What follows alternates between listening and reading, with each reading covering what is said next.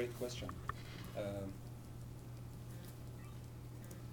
Have you been ever in a horrible situation before? Can you tell me about it? I mean, it's not in details, but in something general, rough.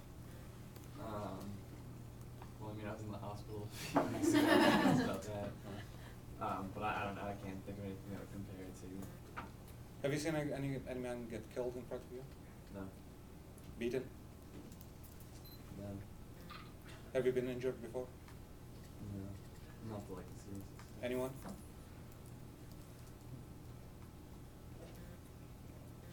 Have any one of you have bad memories? That goes back to, let's say, 10 years ago,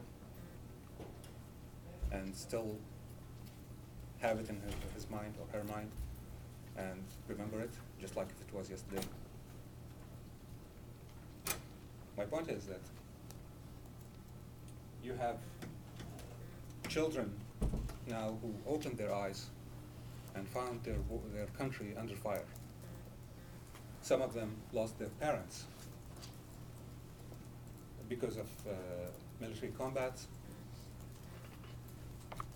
because of mistake killing by American forces, for example, because of sectarian violence by militias. And they were told and they were taught that this happened because of the occupation. And before 2003, nobody was thinking that or dreaming that they would open their door, go out to the street, and find dead bodies lying in the street on the tarmac. So if a 10-year-old boy would see his parents get killed in front of him by Americans or by militias, and he would blame the Americans for it, imagine what this boy would think 10 years from now.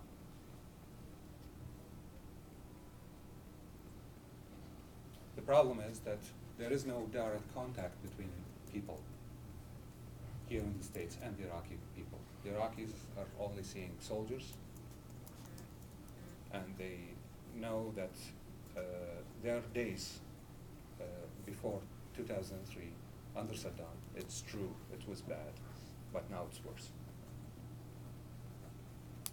And they blame the occupation. So you have people comparing between before 2003 and now, and you have others who have lost someone because of the occupation. In the end, it's going to be all anti-occupation. It's going to be all anti-American because the occupation is led by the Americans. What we need to do is to tell the Iraqis that there is a difference between the American administration and the Americans. There are lots of Americans who oppose war, who doesn't want to see Iraq destroyed, who wants to go to Iraq someday as tourists and have fish on the riverbanks and sit in coffee shops, have cardamom tea, and enjoy walking in Rashid Street in central Baghdad. But can this happen now? And even if the troops are pulled out, can you feel safe going to Iraq as an American? And knowing that there are people there who hate the Americans?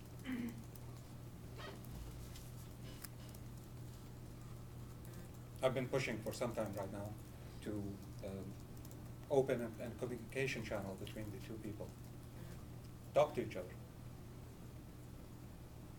You're open-minded, and so are the Iraqis. But the Iraqis cannot see you.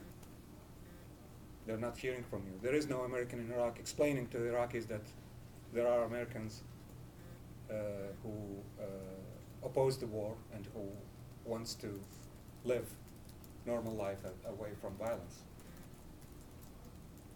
But there is an Iraqi here in the States who's trying to do this.